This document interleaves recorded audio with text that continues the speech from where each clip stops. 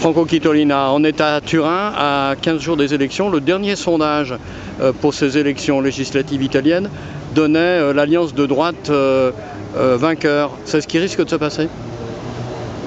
Mais disons que ce dernier sondage qui a été publié hier, et après c'est interdit, mais circuleront certainement, voit le parti de Fratelli d'Italia de Giorgia Meloni avec un avantage de 7 points sur le Parti démocratique, qui est le deuxième parti. L'alliance de gauche, quoi. L'alliance de gauche. Non, le parti en tant que tel. L'alliance a quelques marges en plus, mais pas énormément. C'est-à-dire qu'elle peut faire 5-6 points en plus. Et là, c'est un beau problème parce que si on confronte les deux coalitions, la distance hier était de 20 points. Difficile qu'on puisse la rattraper dans 15 jours, sauf si le nombre important d'indécis, et notamment les jeunes, venait un peu à la rescousse. Mais en faveur de qui, on ne le sait pas. Il faudra attendre. Quels sont les risques si la droite et l'extrême droite arrivent au pouvoir en Italie, 100 ans après l'élection de Mussolini? Oui. Moi, je ne crois pas que l'actuel Fratelli d'Italia soit plus fasciste que le courant fasciste moyen qui a toujours duré en Italie et même en Allemagne de la guerre. Donc, on peut dire que la Ligue, anciennement Ligue du Nord, est fasciste? Non. Non, je ne crois pas qu'elle est fasciste.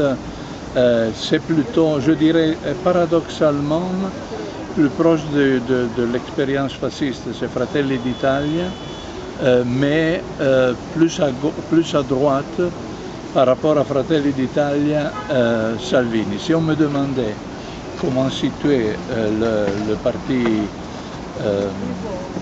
de Salvini, je dirais celui qui représente l'extrême droite en Italie. Salvini fait alliance avec le Rassemblement national en France? Oui, oui, exactement. C'est pas sans signification.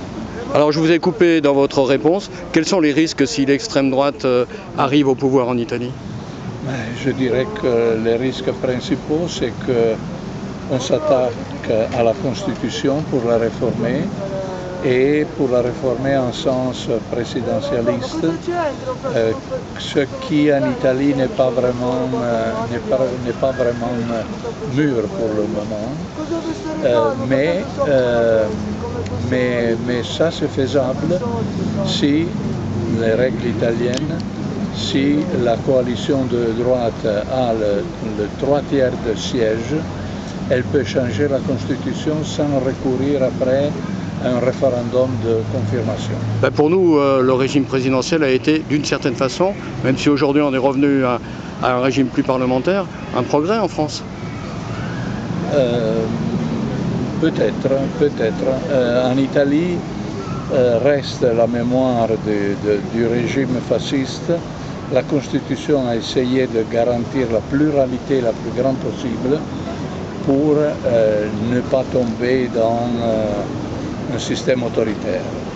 Et cette énorme pluralité, évidemment, a des contre-indications, comme par exemple l'instabilité que la politique italienne révèle assez couramment.